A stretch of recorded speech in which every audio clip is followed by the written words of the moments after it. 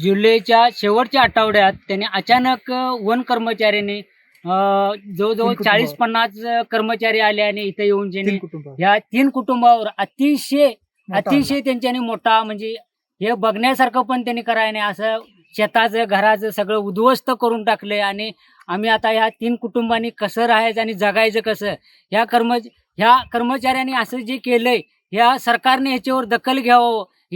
आता हे आम्ही ह्या पावसात, म्हातारा पाऊस म्हणजे सर्वांना माहीत आहे किती जोर पाऊस असतो. ह्या पावसात त्यांच्यानी घर पाडून ह्या शेती आता लावायच्या आयत्या वेळी त्यांनी JCB आणून, डोजर आणून, बुलडोजर ते काय म्हणतात ते JCB, त्यांनी सगळं हे करून ज्याने टाकले JCBने आता नांगरून सगळं ढीग लावलं आणि त्याच्यावर माती ओढली. आता ह्या कुटुंबाला आम्ही प्रत्येकाच्या घरात 4-5 माणसं आहेत, 5-6 माणसं. पोरं आता शिक्षण पण आमची काय, एक माझं पोरगा आहे ते शिक्षणला आहे, म्हणजे 7वी-8वीला आहे. हे फॉरेस्ट खातं आमच्या पोरांना पुढं पाऊल टाकून देत नाही, ते पाऊल वाढा लागल्यात. बाकी सरकार आमच्या पोरांना, आता आमचे आमदार साहेब हे आम्हाला पाणी केले, सगळे केले. परत तुम्हाला सांगतो, आमच्या पोरांच्या शिक्षणासाठी शाळा पण इथं 5वी-6वी शाळा सुरू केली. परत आमच्या लाईट नव्हती, आमदार साहेबांनी सहकार्य केले. फॉरेस्ट खाते आमच्या पोरांचं पाय वाढा लागल्यात, पुढं जाऊनच देणं झाल्यात. आणि फॉरेस्ट खाते आमच्या पोरांना, आम्हाला अन्न जर, हे बघा, धान्य मळलं आणि धान्य जर हे केलं तर आमच्या धान्यापासून ज्याने आम्ही आता पोरांना काहीतरी शिजवून भाजून हे करू आणि काहीतरी उदरनिर्वाह करून आम्ही कामधंदा रोजगार करून ज्याने पोरांचं शिक्षण करत होतो. आणि आता अन्नात माती घालून त्यांनी अन्नात माती घालवली.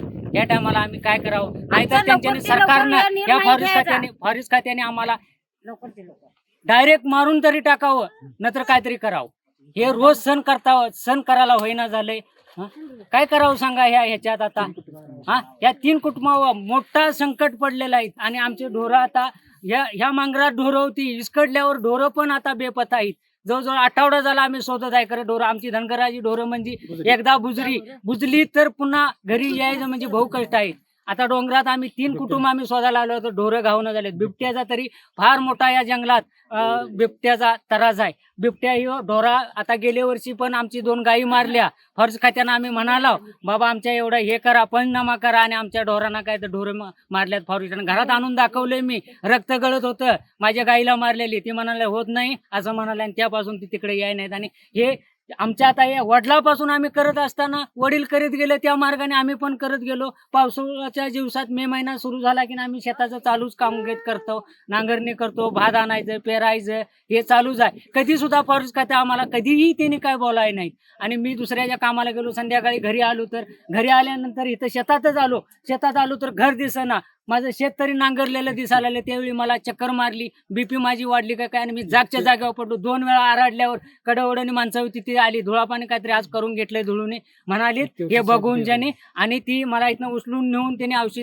मी औषध पिणार म्हणून ज्याने इथनं मी उठत नव्हतो, औषध पित होतो तोपर्यंत मी आपले ह्या पोरांच्याने मला उचलून नेलं. आणि असं काय करू नको, आम्ही आमदार साहेबांच्याकडे जाऊया म्हणालेत. आणि आमदार साहेबांच्याकडे आम्ही जाऊन हे सगळी दखल सांगितली. तर त्या 3 कुटुंबांची नावे धुळुमौली यमकर, विठ्ठल ज्योती कस्तुरे आणि लक्ष्मण धोंडोबा गावडे, या 3 कुटुंबाचं उद्ध्वस्त केलेलं आहे. याला काहीतरी मार्ग आणि भाग याला काहीतरी पाडा पाहिजे, कर्मचाऱ्यांना काहीतरी अन्याय व्हावा असं आमची विनंती आहे. काय सांगितलं कर्मचाऱ्यांनी त्यावेळेस? तुमचं काही आम्ही काढत नाही, काय नाही, तुम्ही काय भिवू नको जा, काय नको जा. त्यासनी आरडबोंब केली त्यांच्यान, तरी पण त्याला काय त्यांच्यानी काय हे करायला नाही, काय नाही. ह्यासनी गोड बोलून ह्यासनी घराला लावून दिलीत. आणि त्यांच्यानी JCB आलीत आणि सगळं हे कुटुंबाचं उद्ध्वस्त करून आणलेत. आणि हे मातीचे ढिग जे लावल्यात तरव्यात, ते सगळं पुरा सगळं मातीत घालून ठेवलेलं आहे. 3 कुटुंबाचं असंच केलेलं आहे त्यांनी. आणि ह्याच्यावर काहीतरी त्यांच्यावर कारवाई व्हायला पाहिजे असं आमची विनंती आहे. लोकशाही मराठी ऐका, पहा, जागरूक रहा.